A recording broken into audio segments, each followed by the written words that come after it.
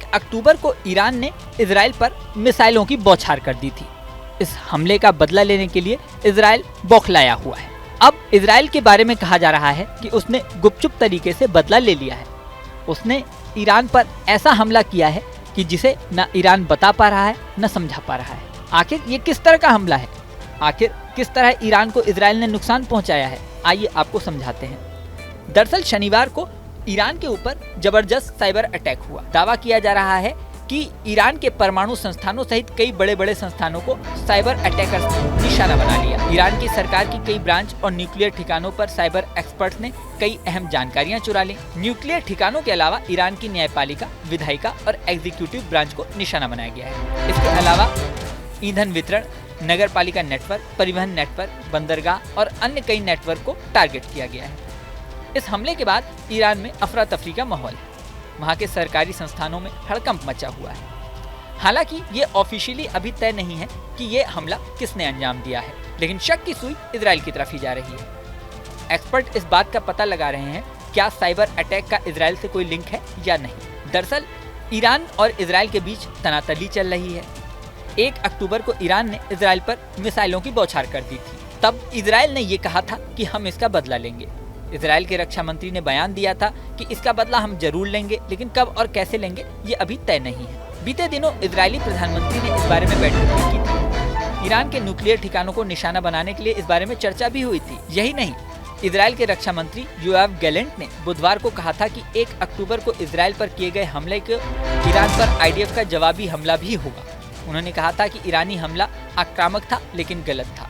इसके खिलाफ हमारा हमला घातक, सटीक और आश्चर्यजनक होगा। उन्हें पता भी नहीं चलेगा कि क्या हुआ और कैसे हुआ, और वो सिर्फ नतीजा देखेंगे। गैलेंट के इस बयान के 2 दिन बाद ही ईरान पर साइबर अटैक हुआ है। अब इस साइबर अटैक को इजराइल से जोड़कर देखा जा रहा है और सवाल खड़े किए जा रहे हैं कि क्या इजराइल ने ईरान के हमले का बदला ले लिया?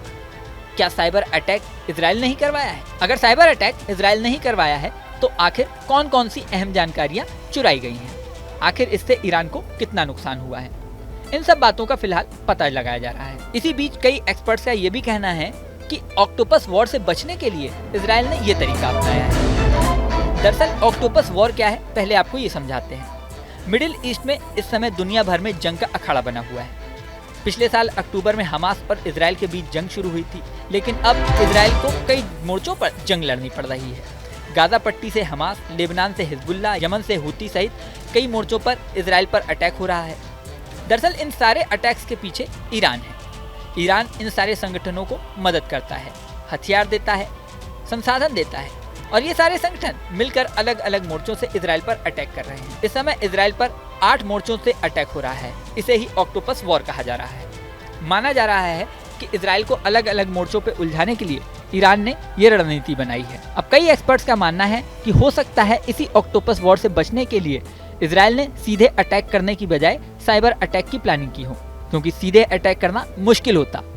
ऐसे में साइबर अटैक एक खास तरीका हो सकता है। अब सच्चाई क्या है?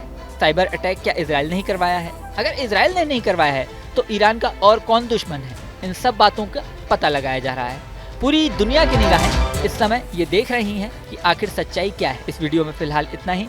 जल्द ही नया वीडियो लेकर आपके सामने फिर आएंगे। बने रहें न्यूज नेशन के डिजिटल प्लेटफॉर्म पर। न्यूज नेशन अब व्हाट्सएप पर खबरों की ताजा अपडेट के लिए न्यूज नेशन के इस QR कोड को स्कैन करें।